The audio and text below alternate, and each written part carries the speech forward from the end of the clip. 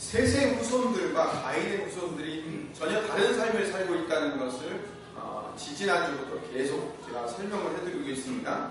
그 대표적인 예 중에 하나가 에녹으로 등장합니다. 가인의 아들 중에서도 에녹이 있었어요. 그리고 가인의 후손 중에서도 라멕이라는 사람이 있습니다. 근데 오늘 우리가 같이 읽은 본문에 보면 에녹이라는 사람이 또 등장하고 라멕이라는 사람이 또 등장해요. 그러니까 가인의 후손에 있는 에녹과 라멕이 셋의 후손에도 에녹과 라멕이 똑같은 이름이 등장하는 것은 물론 동명이인이겠죠. 같은 이름이지만 전혀 다른 삶을 사는 두 후손을 대조하기 위해서 성경이 이렇게 기록하고 있다는 것을 여러분들이 아시면 좋겠습니다. 그 중에서 오늘 특별히 에녹이라는 아주 특별한 한 사람이 소개되고 있습니다. 그는요 65세에 아들 무드셀라를 낳고 300년 동안 하나님과 동행하다가 하나님께서 데려가시는 365세까지를 살게 됩니다. 그게 에녹의 이야기입니다.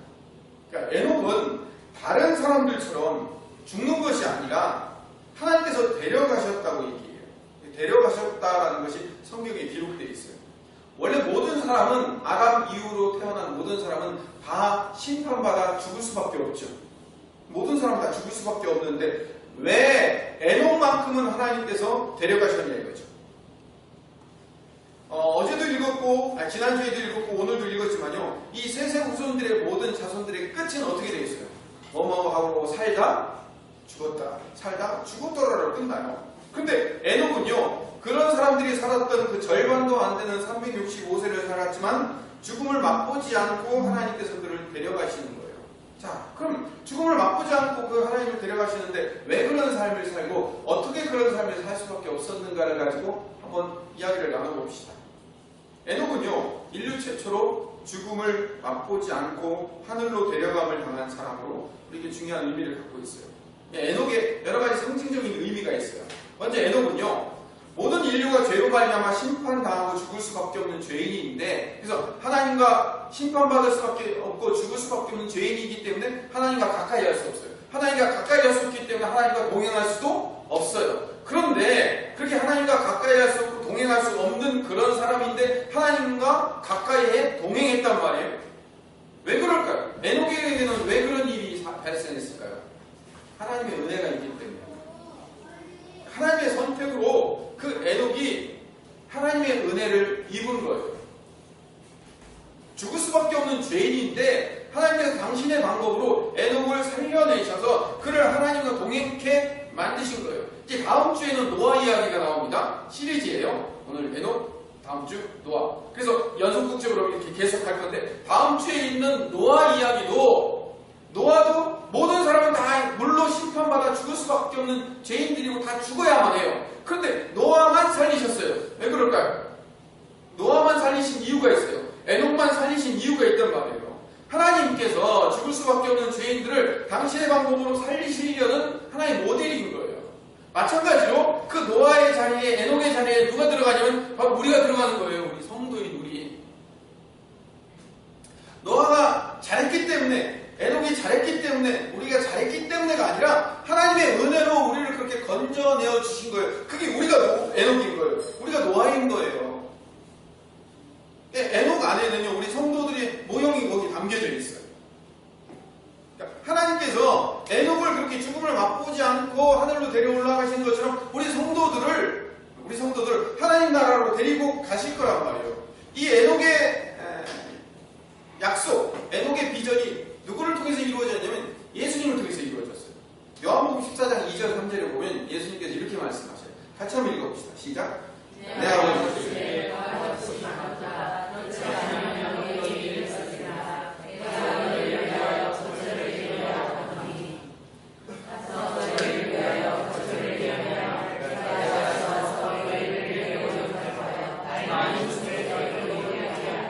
예수님께서 하신 말씀이죠.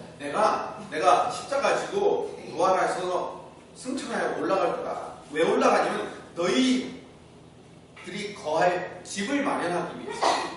하나님 나라의 그 거처가 많다. 여기서는 거처라고 되어 있는데 집이에요. 집을 만들어 줄 거다.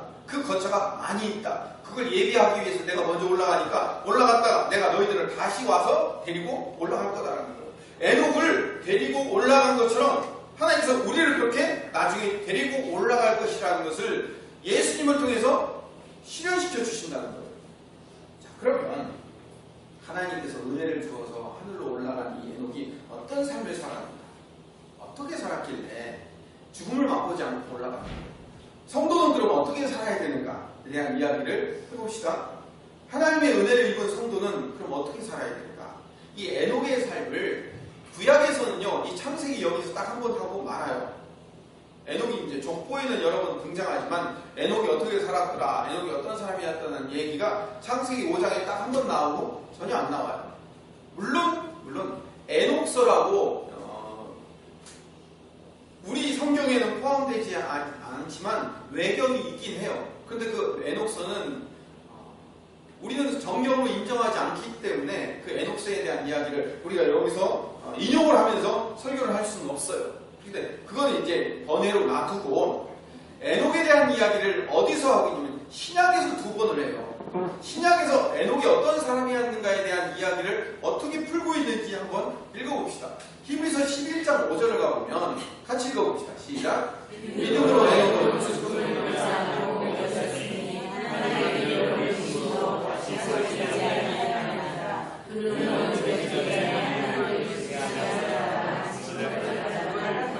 자 히브리서의 증언에 따르면 에녹이 죽음을 보지 않고 하늘로 옮겨가게 된 이유가 뭐예요? 딱 한마디로 믿음이라고 했죠. 잘 보세요. 여기 보세요. 믿음으로 에녹은 죽음을 보지 않고 옮겨졌으니, 죽음을 보지 않고 옮겨진 이유가 뭐라고요? 뭐 때문에? 믿음 때문에. 믿음으로 라고 되어 있잖아요. 믿음이에요. 자, 그러면 그렇게 옮겨졌으니 하나님이 그를 옮기심으로 다시 보이지 아니하였느니라 라고 얘기인데, 그가 누구예요? 에녹은 옮겨지기 전에 하나님을 기쁘시게 하는 자라 하는 증거를 받았다는 거예요. 하나님을 기쁘시게 만들었다는 거예요. 여러분, 하나님을 어떻게 하면 기쁘게 할 수 있어요? 하나님 앞에 재롱 떨고 춤추면 하나님을 기쁘시게 할 수 있어요? 오케이. 우리 성도들은 똑똑해. 하나님을 기쁘시게 하는 건 뭐라고요? 믿음이라고요. 믿음이 하나님을 기쁘시게 만들어요. 정말인가? 6절을 계속해서 봅시다. 같이 시작. 믿음이 없이는 하나님을 기쁘시게 하지 수도. 믿음이 없이는 하나님을 기쁘시게 못한다는 말을 뒤집어 얘기하면 믿음이 있으면 하나님을 기쁘시게 할 수 있는 거예요. 그러니까 하나님을 기쁘시게 하는 건 뭐예요? 믿음이에요. 믿음이에요. 물론 다른 모든 것들도 하나님을 기쁘시게 할 수 있어요. 우리가 하나님 앞에 헌신하고 충성하고 봉사하고 하나님 앞에 열심히 사는 이 모든 것이 하나님을 기쁘시게 할 수 있어요. 그런데 그 무엇보다도 더 중요한 것은, 하나님을 기쁘시게 하는 것은 믿음이란 말이에요. 자, 어떤 믿음? 계속 읽어봅시다. 시작. 하나님께 나아가는 자는 반드시 그가 계신 것과 또한 그가 자기를 찾는 자들에게 상 주시는 이심을 믿는 거예요. 그러니까 하나님이, 이거를 김성민 목사식으로 표현하면 하나님이 일하고 계신다는 것을 믿는 거예요. 하나님이 지금도 일하고 계신다는 것을 믿는 것, 그 믿는 사람이 하나님을 기쁘시게 할 수 있는 거예요. 자, 예를 들어, 아주 쉬운 예를 들어봅시다. 내 삶에 지금 어려운 문제가 딱 닥쳤어요. 이걸 풀 수가 없어. 내 앞에 어려운 사람이 하나 있어. 이 사람하고는 도저히 해결이 안 돼. 그 어려운 문제가 있고 어려운 사람이 있는데 그 어려운 문제를 나는 감당 못해. 나는 감당 못해. 그런데 내가 감당할 수 없어서 힘들고 어려운 상황 속에 가지고 지치고 난방해가지고 나는 할 수 없다고 할 때 내 안에 뭐가 필요하다고요? 오늘은 대충 믿음만 얘기하면 다 맞아요. 그냥 졸다가도 뭐요? 오늘 믿음만 맞아요. 그래서 어려운 상황이 생겼을 때, 어려운 사람을 만났을 때, 그 어려운 상황과 어려운 사람을 만났음에도 불구하고 하나님, 내가 지금 현재 어렵지만 하나님이 이 어려운 상황을 통과시켜 주실 것이며 하나님이 그 상황 가운데 나에게 무언가를 배우게 만들 것이며 이 일을 통해서 나를 더 성숙하게 만들어 줄 것을 믿습니다. 믿음. 그걸 믿는 거예요.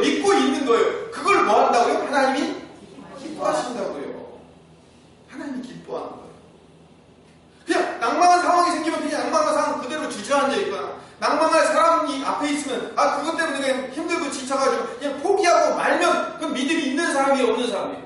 없는 사람이죠. 믿음이 있다는 것은 나는 못해. 나는 그 문제를 해결할 수 없어. 나는 그 사람을 해결할 수 없어. 그렇지만 하나님이 해주실 거예요. 하나님이 바꿔주실 거예요. 하나님이 그 문제를 해결해 주실 거예요. 하나님이 그 사람을 바꿔주실 거예요. 하나님이 나의 마음을 바꿔주실 거예요. 하나님이 나를 이기도록 나에게 힘과 능력을 주실 거야 라고 뭐예요? 믿고 있는 것. 그걸 뭐라고 얘기한다고요? 믿음. 그 믿음만이 누구를 기쁘시게 하는 거예요? 하나님을 기쁘시게 하는 거예요. 그러면 죽음을 맛보지 않고 하늘로 올라간 이 에녹은 무슨 삶을 살았던 거예요? 믿음의 삶을 살았던 거예요. 믿는 삶을 사는 거예요. 누구를 믿은 거예요? 하나님을 믿은 거예요. 하나님의 일하심을 믿은 거예요. 자, 에녹이 하늘로 불러내신 그 이유가 믿음이라고 오늘 말씀을 들었어요. 자, 그러면 그 믿음이 얼마나 중요하냐면 아까 제가 요한복음 14장 2절 3절을 같이 읽자고 했죠. 그 2장 3절 너희 거처를 예비할 것이니 그 예비하면 내가 너희를 와서 데리고 갈 것이다 라는 그 2절 3절의 말 바로 앞에 1절에 뭐라고 써있냐 하면 같이 읽읍시다. 너희들 마음에 조심하지도 말라. 너희를 믿고 나를 믿라. 믿으라는 거예요. 에녹에게도 믿으라고 얘기한 것처럼 우리도 하나님을 제발 좀 믿으라는 거예요. 너 혼자 해결하려고 하지 말고 너 혼자 부닥쳐서 어떻게 해결해 보려고 하지 말고 전능하신 하나님을 믿으라는 거예요. 이 문제를 해결해 주실 그분을 믿으라는 거예요. 그거예요. 그게 신앙인 거예요. 하나님을 믿는 거예요. 에녹은 왜 그렇게 놀라운 믿음의 소유자가 되었는가? 그가 365세를 살았어요. 이렇게 365도 중요한 의미를 갖고 있어요. 1년이 얼마죠? 365일. 그러니까 이 1년을 살았다는 의미가 아니라 에녹이 뭐예요? 365일을 사는 거니까 우리 인생 여정을 사는 거예요. 그 인생 여정을 살았는데 무드셀라를 65세에 낳고 이후로 300년 동안 하나님과 동행한 거예요. 자, 그렇다면 에녹이 하나님과 동행하기 시작하면 뭐 때문에 동행하기 시작했어요? 성경에 나와 있는 것은 뭐밖에 없어요? 무드셀라를 낳은 것밖에 없잖아요. 그러니까 변한. 그러니까 이전에 65세까지는 그냥 살았어요. 그런데 무드셀라를 낳고 하나님과 동행이 시작되었어요. 그럼 그가 믿음을 가지고 하나님과 동행하게 된 계기가 뭐예요? 무드셀라를 낳은 거잖아요. 그럼 도대체 아들 하나 낳은 게 얼마나 좋은 거고 아들을 낳은 것 때문에 어떻게 하나님과 동행할 수 있냐 이거죠. 그럼 아들을 안 낳았으면 하나님과 동행 안 하는 거예요? 이 무드셀라는요, 한문 성경을 우리말로 바꿨기 때문에 발음이 무드셀라가 됐어요. 근데 이게 히브리어로는 메투셀라드예요. 메투셀라라는 말이 무슨 말이에요? 이 말을 원어 그대로 읽으면 창사람이에요. 창사람. 다시 말하면 거기다 이제 소유격을 하나 붙이면 창의 사람이 되는 거예요. 창 던지는 사람이다 이런 의미예요. 창 던지는 사람. 그러니까 근데 이 창 던지는 사람은 도대체 뭐 하는 사람이냐? 고대 근동의 전쟁을 잘 이해할 수 있어야 돼요. 이 고대 근동에서 전쟁을 할 때요. 전쟁할 때 제일 먼저 앞장서서 맨 앞에 서서 전쟁하는 사람이, 그러니까 선발대가 공격수가 누구냐면 창 던지는 사람이에요. 창 던지는 사람이 맨 앞에 서서 맨 먼저 공격을 하는 거예요. 자, 그러면 맨 앞에 서는 선발대이자 공격수라고 얘기한다면 이 사람이 맨 앞에 서서 공격을 하기 때문에 반대로 얘기하면 어떡하는 거예요? 맨 먼저 죽을 수도 있는 사람이에요. 근데 맨 먼저 죽을 수도 있는 사람이라는 이름을 아버지가 아들한테 붙여줬어요. 아버지가 아들한테 붙여줄 만한 이름이? 여러분 아들한테 그런 이름 붙여주시겠어요? 넌 공격수다. 넌 맨 앞에 서가지고 총알바지 해라. 이렇게 이름을 붙여줄 수 있냐고. 만약에 붙여주려면 어떻게 붙여야 되겠어요? 전쟁에서 맨 뒤에 선 사람. 이렇게 붙여야 되겠죠. 근데 지금 아들 이름을 상의 사람으로 맨 앞에 서는 공격수 이렇게 이름을 붙여줬단 말이에요. 이게 어떤 의미가 있냐면 이 의미에 숨은 의미가 있어요. 숨은 어떤 의미가 있냐면 그 아들이 죽으면 전쟁에서 진다는 의미가 담겨 있어요. 공격수 맨 앞에서 창 던진 사람이 죽으면 전쟁에서 지는 거예요. 그러니까 하나님께서 에녹에게 어떤 계시를 주셨어요. 어떤 계시를 주셨는데 창세기에 명확하게 기록이 남아있지 않지만 아들을 창 던지는 공격수라는 이름을 지어놓고 그 아들이 죽으면 온 세상이 멸망당하고 심판당할 것이다 라는 예언을 주셨어요. 그럼 그게 정말로 맞냐? 제가 얘기하는 게 근거가 맞는지. 신약에 에녹에 대한 이야기가 몇 번 나온다고 그랬어요? 2번 나왔다고 했죠. 한 번은 히브리서에 나오고 한 번은 유다서에 나와요. 유다서 14절 15절을 한번 읽어봅시다.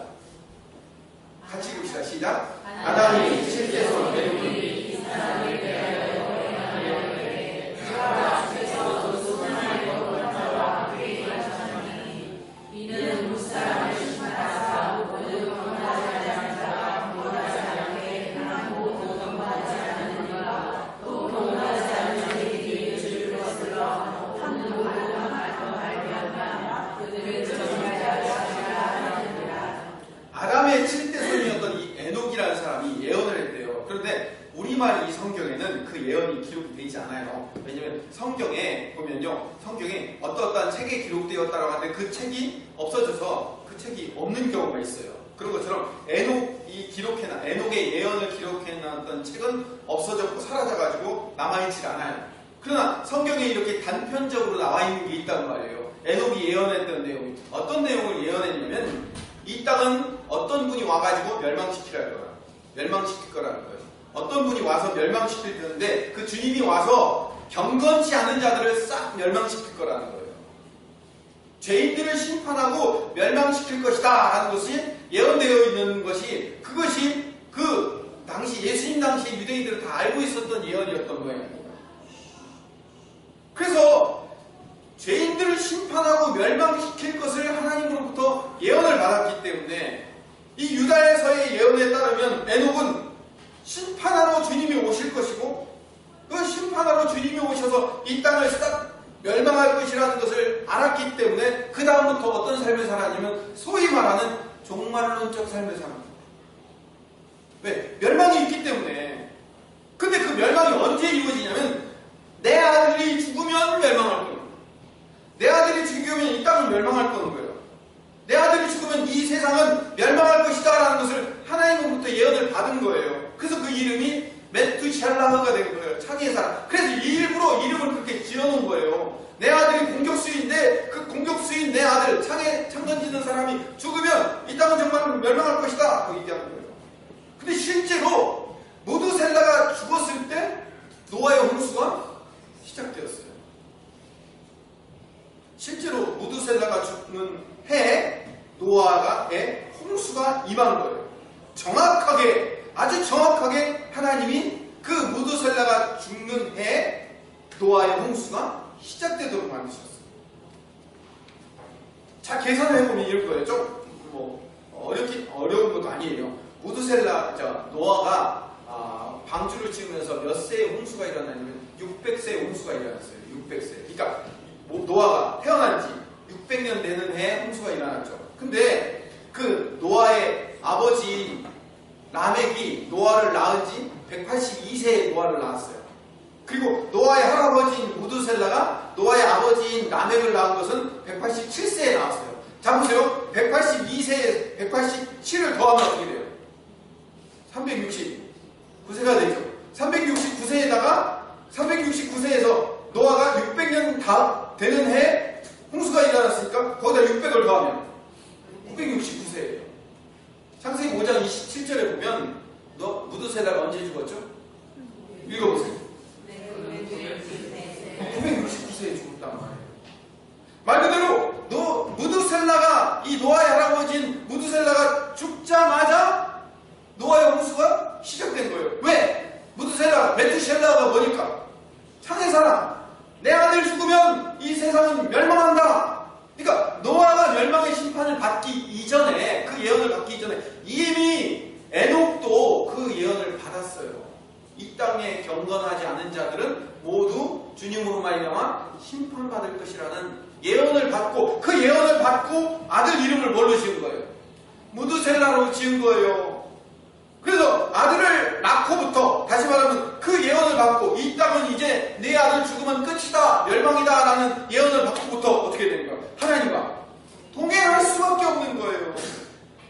여러분에게는 그런 일이 일어나서도 안 되고 일어날 일도 없겠지만, 만약에 내가 암의 편장을 받아가지고 너 1년밖에 못 삽니다 라는 말을 들었으면 여러분 어떻게 살 거예요? 그 1년의 기간이 얼마나 촉박한 기간이고 얼마나 정말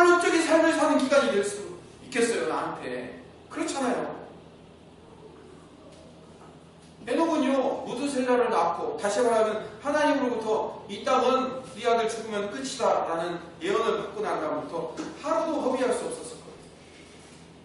만약에 무드셀라가 다치거나 아파서 죽기로 한다면 그날은 뭐예요? 온 세상이 멸망하는 날이에요. 두려운 마음으로 살 수밖에 없어요. 하나님과 동행하지 않을 수가 없는 거예요. 자, 보세요. 이제 오늘 말씀 좀 일찍 정리합시다. 아직 눈앞에 심판이 닥쳐있지 않지만요, 하나님께서 너희들에게는 심판이 임할 것이다 라는 약속을 주셨기 때문에 그 약속이 반드시 이루어질 거라는 사실을 믿음으로 믿고 산 사람이 누구예요? 에녹이에요. 에녹이 그래서 믿음의 사람인 거예요. 왜? 하나님이 심판할 것을 믿고 산 거예요. 똑같은 사람이 한 사람이 있는데 다음 주에 이야기할 노아예요. 노아도 어떤 사람이에요? 하나님의 심판을 이루어질 것을 믿고 산 사람이에요. 믿고 산 사람. 둘 다 똑같이 하나님의 약속을 믿고 산 사람이에요. 그렇기 때문에 에녹의 아들 무드셀라가 몇 년에 살았다고요? 969세. 다시 말하면 거의 1000년을 살았어요. 하나님께서 이 땅의 심판을 준비하시면서 몇 년을 기다리신 거예요? 969세. 다시 말하면 거의 1000년을 기다리신 거예요. 우리가 돌아올 수 있도록.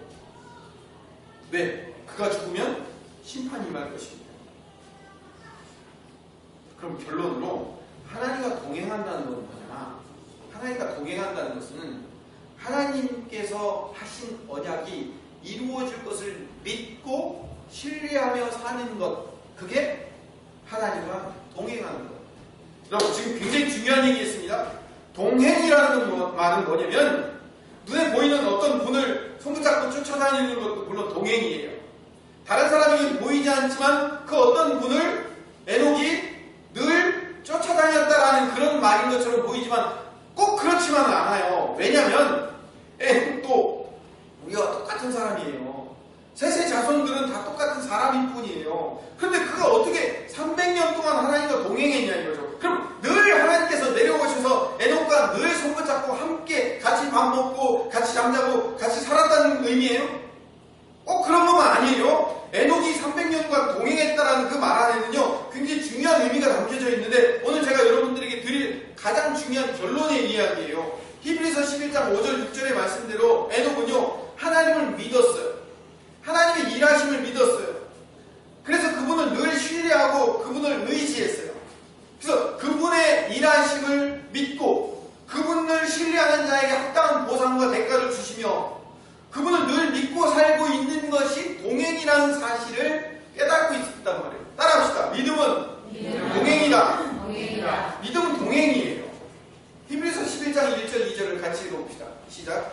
믿음은 바라는 것들을 실천하여 보이지 않는 것들을 증거니 선진들이로서 증거를 얻었느니라. 보이지 않아요. 보이지 않지만 내가 바라고 소망하는 것, 그것의 증거가 뭐라고요? 믿음인 거예요. 신앙의 선진들이 그 믿음을 가지고 살아가는 거예요. 믿음을 가지고. 하나님이 어디 계신지 모를 때도 있었어요. 하나님이 때로는 나와 함께 계시지 않은 것처럼 느껴질 때도 있단 말이에요. 그럼에도 불구하고 하나님은 나와 함께 하실 거예요. 하나님은 반드시 이 문제를 해결해 주실 것이라는 사실을 믿고 있는 상태가 뭐라고요? 동행. 그 믿고 있는 상태가 동행인 거예요. 다니엘의 세 친구가 불 가운데 빠져서 죽을 수 있는 위기에 있단 말이에요. 요셉이 지금 팔려갈 수밖에 없는 위기에 있어요. 근데 요셉은 소리쳐 외쳤을 거예요. 어떻게? 하나님, 나 좀 제발 살려주세요. 하나님이 함께 하신다면 나를 살려주세요. 다니엘의 세 친구가 불 속에 뛰어들어가야 되는데 상황에서 하나님이 정말 살아계신다면 우리를 이 불에 빠지지 않게 도와주세요라고 기도했을까요? 안 했을까요? 했겠죠. 그런데도 불구하고 불에 빠졌어요.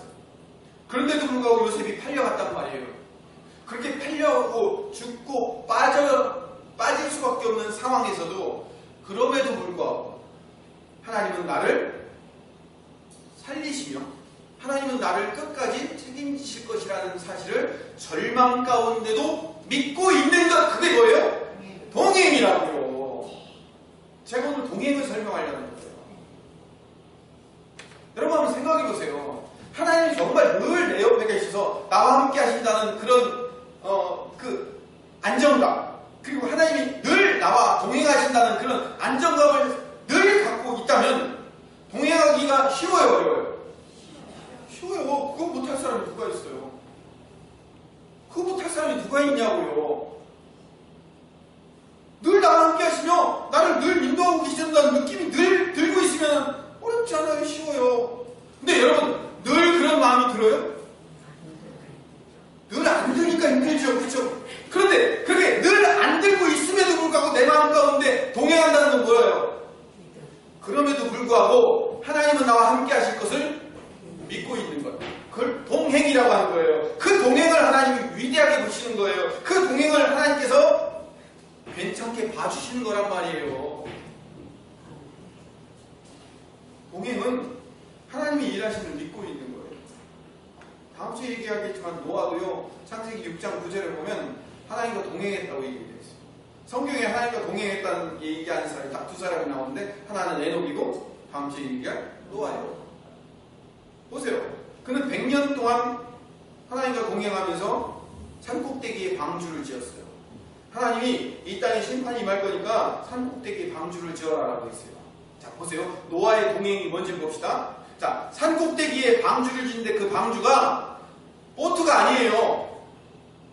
전 온 세상에 있는 모든 동물들을 2쌍씩 또는 7쌍씩 모아가지고 올려 들어가서 살아야 될, 그들이 먹고 살아야 될 그 모든 것을 다 하는 그런 방주란 말이에요. 그 방주가 엄청나게 클 거란 말이에요. 산 꼭대기에다 방주를 짓고 있을 때 그 방주 밑에 있던 사람들이 뭐라고 얘기했을까요? 당신은 의지의 사람입니다. 잘하고 있습니다 하고 박수 쳐줬을까요? 아니죠. 뭐라고 얘기했을까요? 미쳤다고 얘기했죠. 소위 시체말로 미친 영감이라고 얘기했을 거예요. 저 미친 영감이 100년 동안 저렇게 가족들 데리고 산속에서 배 짓고 산다고, 미쳤다고, 저기 지금 100년 동안 배 짓고 있는 미친 노인이 하나 있다고, 사람들이 그렇게 미쳤다 미친 노인이 있다라고 얘기할 때, 그럼에도 불구하고 끝까지 하나님의 때가 되면 홍수로 심판을 내리실 거라는 사실을 믿고 사는 사람이 뭐예요? 동행하는 사람이에요. 노아가 그래서 하나님과 동행했단 말이에요. 믿음은 동행이에요. 믿음은 하나님께서 주인이심을 고백하는 행위란 말이에요. 여러분, 야고보서에서 행함이 없는 믿음은 죽은 믿음이다라고 얘기하는데, 이 야고보서의 말씀이 행함이 우선되어야 된다는 말이 아니에요. 여러분, 나중에 제가 야고보서 한번 설명하겠지만 이 야고보서의 의미를 그냥 그 한 줄만 딱 따가지고 행함 없으면 믿음은 가짜야, 이거 얘기하고, 그래서 겉으로 나타난 어떤 행위로 믿음을 평가하고 있느냐 없느냐를 판단하라는 말이 아니에요. 그건 마치 내게 능력 주신 자에서 내가 모든 걸 할 수 있느냐 한 줄만 딱 따가지고, 또는 욥기서에서 내 시작은 미약하였으나 나중은 창대하리라 한 줄만 딱 따와가지고 그걸 내 것으로 삼는 그런 거와 똑같은 거란 말이에요. 행함이 없으면 죽은 믿음이라는 야고보서의 말씀은 행함이 우선되어야 된다는 말이기 이전에 하나님을 의지하고 신뢰하는 믿음이 있으면 행함이 어떻게 되어 있어요? 자연스럽게 나올 수밖에 없다는 거예요. 노아가 이 심판이 반드시 일어나는 것을 믿고 있으면 방주를 짓는 행위가 나올 수밖에 없다는 거예요. 그 얘기하는 거예요. 믿음보다 행함이 우선되어야 된다는 얘기가 아니에요. 믿음이 있으면 하나님이 반드시 멸망시킬 거야, 하나님이 반드시 이렇게 하실 거야 라는 믿음이 내 안에 있으면 행위는 나올 수밖에 없는 거예요. 그럼 행위가 안 나온다는 건 뭐예요? 믿음 자체가 없다는 거예요. 그 얘기하는 거예요. 아브라함이 부르심을 받았을 때 갈 바를 알지 못하지만 하나님께서 인도하실 것을 믿고 정처 없이 고향과 친척과 본토와 아버지의 집을 떠났어요. 한 번도 가본 적도 없고 들어본 적도 없는 낯선 땅으로 갔단 말이에요. 왜 갔죠? 아브라함에게 뭐가 생겼기 때문에? 믿음이 생겼기 때문에. 그렇게 믿음이 생겼기 때문에 보지도 듣지도 못한 땅을 그냥 가는 거예요. 그걸 하나님과 동행이라고 하는 겁니다. 자기 일생을 인도하고 이끄신 하나님께서 갑자기 100세에 낳은 아들을 이삭을 하나님께서 번제로 바치라는 거예요. 이런 청천벽력과 같은 그런 말씀을 들었을 때도 어떠한 반항이나 항변도 없이 우리 같았으면 어떻게 했을까요? 그럴 수가 있습니까? 이렇게 나왔겠죠. 그렇죠? 거기에 대한 반항과 변명에 대한 이야기를 얼마든지 할 수 있을 거 아니에요. 근데 묵묵히 입 다물고 반항과 변명 없이 번제에 쓸 장작을 나귀에 싣고 묵묵히 사흘길을 걸어서 하나님께서 예비하신 모리아산에 도착해서 이삭을 묶어놓고 그 심장을 향해 칼을 찌르기 시작합니다. 그 말도 안 되는 상황에서 끝까지 순종한 이유는 뭐죠? 하나님을 믿었기 때문에. 하나님이 이 상황에서 어떻게 해주실 거야?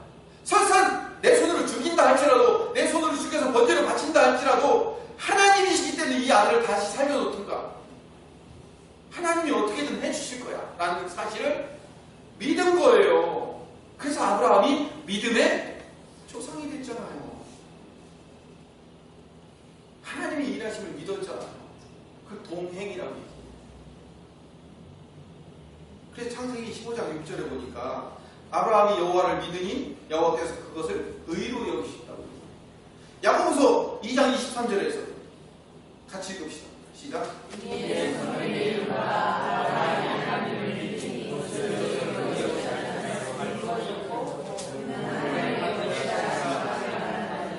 하나님이 친구가 돼요.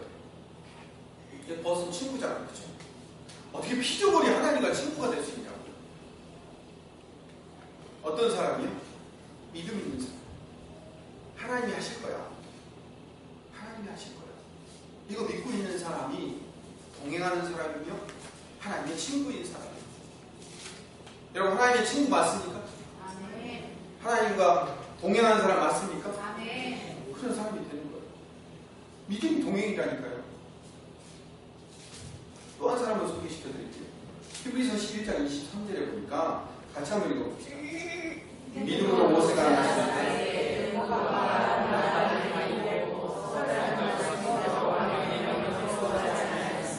한 줄로 요약된 모세의 부모 이야기가 잠깐 등장해요. 히브리서에. 근데 이 히브리서에서는 정확하게 나오지 않지만 모세의 어머니 이름은 요게벳이에요. 이 요게벳이 어떤 믿음을 가지고 자기 아들 모세를 살렸는지에 대한 이야기가 출애굽기에 등장해요. 같이 한번 천천히 읽어봅시다. 시작. 레위 가족 중 한 사람이 가서 이 여자에게 장가들었다. 그 여자가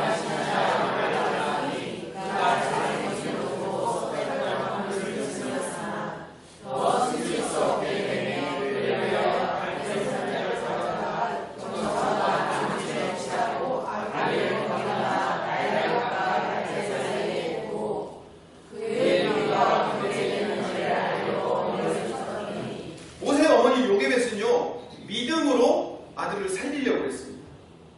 여기서 갈대 상자를 만들었대요. 근데 여러분 이 갈대 상자가 히브리어로 뭐라면 테바예요. 테바. 그러니까 노아의 방주에서 다음 주에 나오겠지만 그 노아의 방주라는 단어가 히브리어로 테바예요. 그러니까 이 갈대상 우리말은 갈대 상자, 방주 서로 다른 말이지만 히브리어 원어는 같은 말이에요. 그러니까 지금 요게벳이 뭘 만들었어요? 방주를 만들었어요. 누구를 위해서? 아기 모세를 위해서 방주를 만들었는데 거기에 어떻게 했냐면 역청과 나무진을 칠했다고 했어요. 노아가 방주를 만들 때 어떻게 만든지 아세요? 하나님께서 어떻게 하라고 했는지 아세요? 역청과 나무진을 칠하라고 했어요. 그러니까 지금 노아가 방주 만드는 거와 요게벳이 아기를 위해서 모세를 위해서 갈대 상자를 만드는 거 똑같이 만들고 있단 말이에요. 근데 아기를 지키는 방주를 만드는데 이 방주가 너무 허약해. 여러분 요만한 아이를 살리려고 석 달 되면 어느 정도예요? 엄마 석 달 되면 어느 정도? 석 달 되면 한 요 정도 크나요? 석 달. 100일이잖아요. 100일. 방주를 이렇게 만들어요. 그런데 한번 생각해보세요. 이집트의 나일강이라는 데가 어떤 데냐면 악어로 득실되는 곳이에요. 그래서 그들이 악어신을 섬긴단 말이에요. 그 악어가 득실되는 거기에 그 방주 조그마한 거 하나 아기를 놀려서 띄웠다고 그 아이가 살 것 같아요? 근데 나라에서 엄한 명령이 있으니까 남자아이는 몽땅 다 물가에 빠뜨리라고 했으니까 그 아이를 그냥 물에 훅 집어넣을 수는 없으니까 방주를 만들어서 아이를 집어넣고 그걸 띄우는 거예요. 근데 그렇게 띄우는 이유는 뭐예요? 하나님이 살려줄 것이라는 믿음이 있잖아요. 그 믿음이 없었으면 그런 일을 할 이유가 있어요, 없어요? 어차피 옆집에도 죽고 뒷집에도 죽고 어차피 다 죽는데 라고 포기할 텐데 끝까지 태반을 만들어가지고 거기에 역청과 나무진을 칠해서 그 날 가까이 띄우면서 누이를 시켜서 어떻게 되나 보자라고 그 계획하고 있는 그 요게벳의 마음은요, 하나님이 살릴 것에 대한 믿음이 있었다. 노아가 100년 동안 미친 영감 소리를 들어가면서 그래도 불구하고 하나님과 동행하면서 끝까지 그 방주를 지었던 것은 뭐가 있기 때문에? 믿음이 있기 때문에, 그 믿음 때문에 하나님과 동행한 거예요. 노아는 하나님을 믿었어요. 에녹은 하나님을 믿었다고요. 요게벳은 하나님을 믿었어요. 그래서 하나님과 동행한 거예요. 그래서 그 아이가 하나님의 역사하심으로 살게 되었고 드디어 역사의 수레바퀴는 출애굽의 대장정을 그 모세를 통해서 시작하게 됩니다. 제가 참 찬양을 잘 못해요. 잘 못 부르는 찬양이지만 찬양을 하기로 하겠습니다.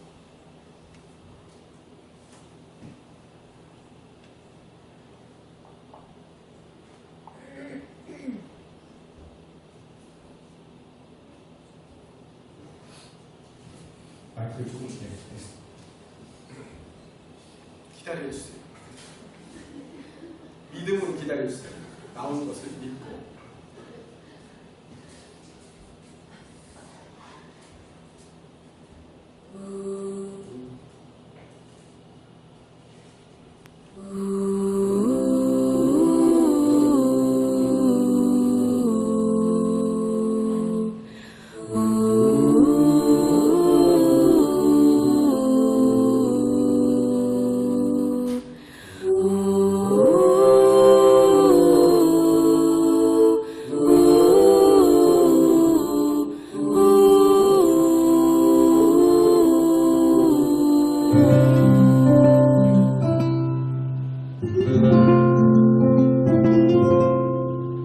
작은 갈대 상자 물이 새지 않도록 역청과 나무진을 칠하네.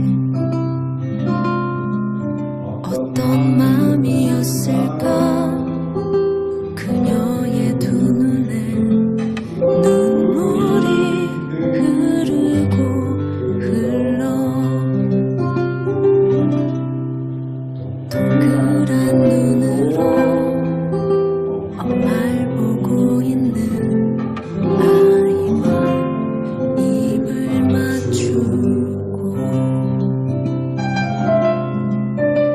상자를 덮고 가까이에 띄우며 간절히 기도했겠지.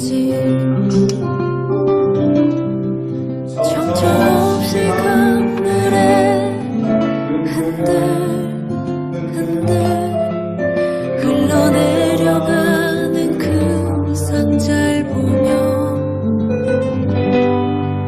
눈을 감아도 보이는 아이와 눈을 맞추며 주저앉아 눈물을 흘렸겠지. 너의 삶의 참 주인, 너의 참 부모야.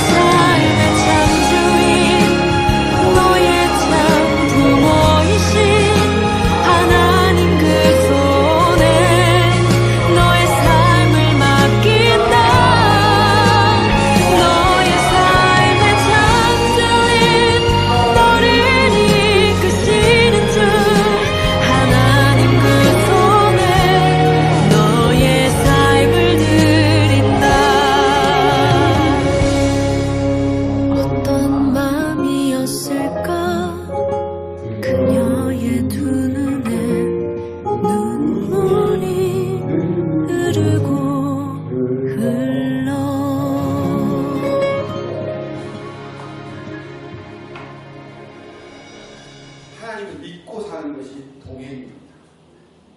요괴배처럼 여러분과 여러분의 자녀들의 인생을 누구에게 맡길 겁니까? 하나님에게 맡기는 거죠.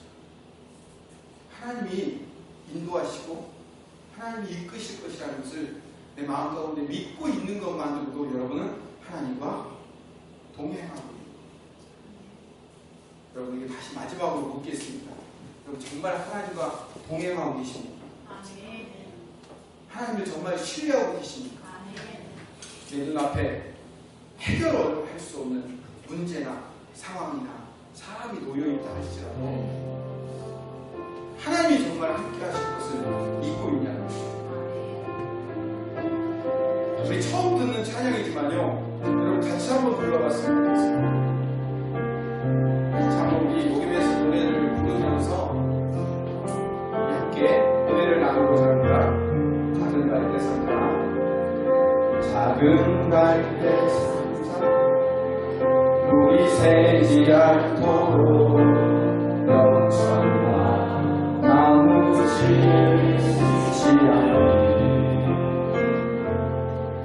어떤 마음이었을까 그녀의 두 눈에 눈물이 흐르고 흘러 동그란 눈으로 엄마를 보고 있는 아이가 입을 맞추고